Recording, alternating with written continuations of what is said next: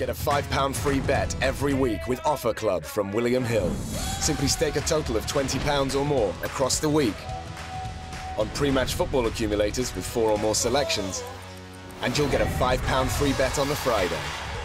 Join William Hill Offer Club on mobile or online now.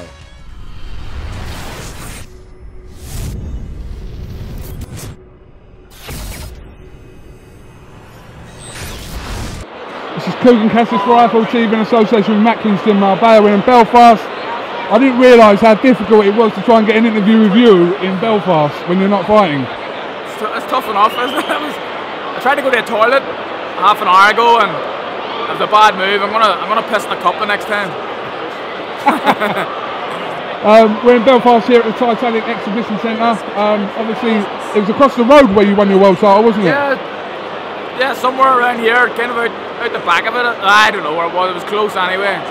Seems like a long time ago now. It was 2014. So we're getting into 2017 nearly. So it feels like a long time ago as well.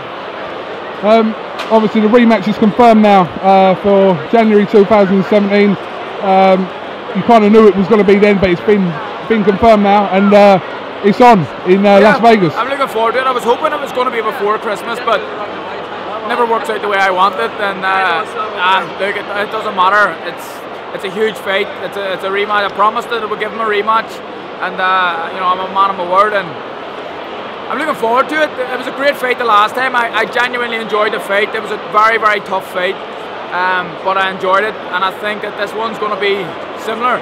But I don't think he can do anything different, and I can. And I think if I'm clever and don't control the fight, I can win it. I can win it easier. Is it important to you having this rematch just to cement the fact that? Not saying it was a fluke, yeah, but you can't beat him again. People are saying that, and you know the stuff about his dad's illness and stuff, and obviously it wasn't great for him. But look, I believe I'm a better fighter on him. I believe I proved it on the night. But it's about going out and doing it again. You know, I've fought him in America twice now. Well, I will have fought him in America twice after January, and I'm going out here, pretty close to where he lives in Las Vegas. So. You know, I'm going out here to win. I'm going out here to win. I'm going to bring a squad as well. I think there'll be a lot more people than he'll have. And he lives an hour away on a flight in LA. It's going to be very good, but there'll be no complaints or no excuses, I hope, from his camp after this. 2016 couldn't have really been a better year for you, could it? From the Quigg fight to the Santa Cruz fight. That was great. If Northern Ireland had won the Euros, then it would have been perfect, but it didn't work out.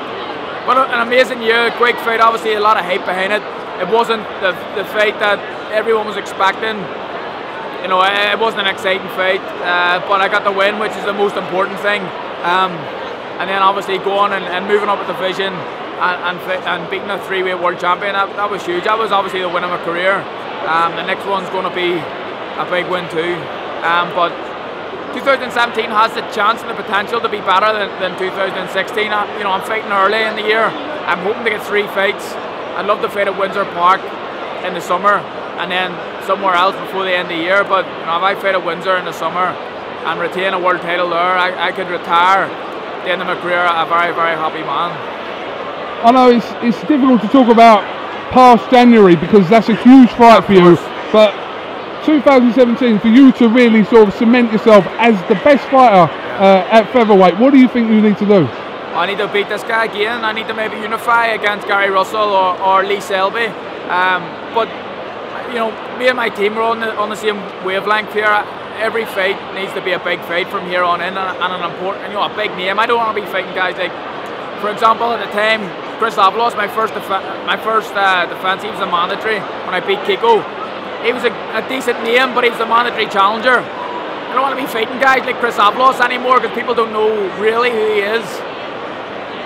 I want names and belts and a legacy and dough and everything that comes with it, and that's it from here on in. I'm 30 on my next birthday, KUGAN, so I want to make the most of it. I've probably 3 years left.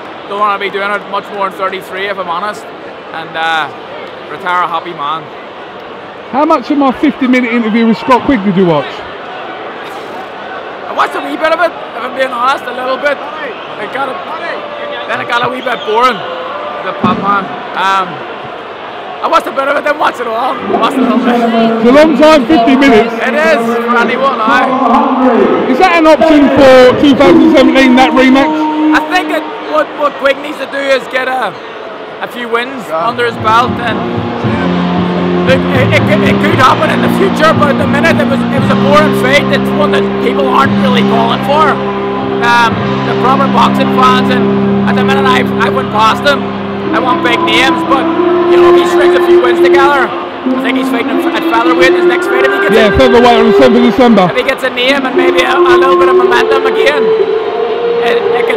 maybe it can happen. But at the minute, I'm not thinking about Scott Quigg. I have bigger fish to fry. I feel Lee Selby is a huge. Yeah, I was going to ask you about Lee Selby. It's a fight that seems to make a little bit of sense now between you and Selby. Yes, and Selby get on well. Our teams get on well as well. He's obviously with Heyman, the Sonigers and the McGuigans get on pretty well.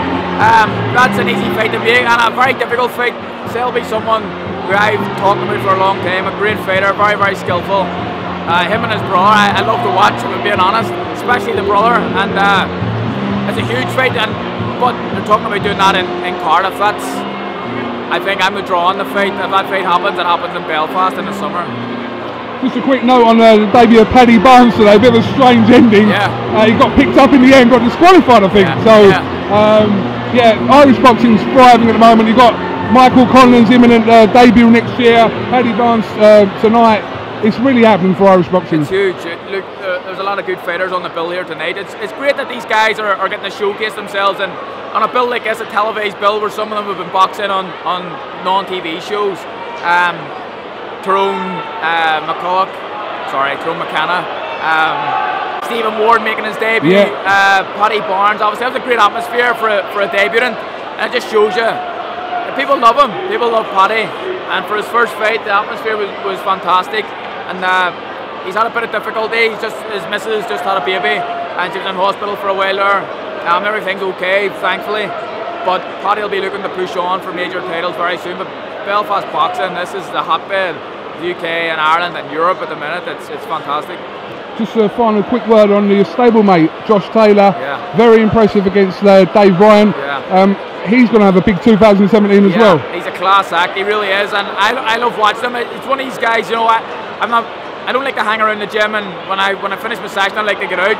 But if Josh is sparring, I hang around and watch him. He's brilliant, and he's got a real spitefulness, which is important in the pro game. He's starting to punch harder, as his record suggests. He's knocked out all of his 7 opponents. Josh is a fantastic fighter. I think that he's going to, when Ricky Burns is coming to the end of his career now, he's going to be the man to come in behind Ricky Burns and take over, and he'd be a superstar. All right, listen, Carl Frampton, thank you very much for talking to IFL TV. One of us will be out in Vegas next January, so good man. Let's hope you can do the double. You can top up the tan, maybe. It's not very hot there in January. No, it's not. I don't know. Apparently it's about 18, and then it goes to sub-zero, which is shit at night time. Sub-zero in Vegas, you wouldn't think it, but apparently. I want to see you and Gary Russell Jr. That's a good fight. That's a good fight. Because he's, I don't know, some people's opinion that he's the best in the weight. Very good. Very arrogant. Heyman fighter though, and that could be made. Look, he's a big name, and that's what I've said. I want big names, so Gary Russell's definitely on the list. So I'll let you get back to the boxing, and best of luck with the rest of your camp, and I'm sure we'll catch up with you ahead of you going to Vegas. Yes, thanks, man. All right. Cheers, mate.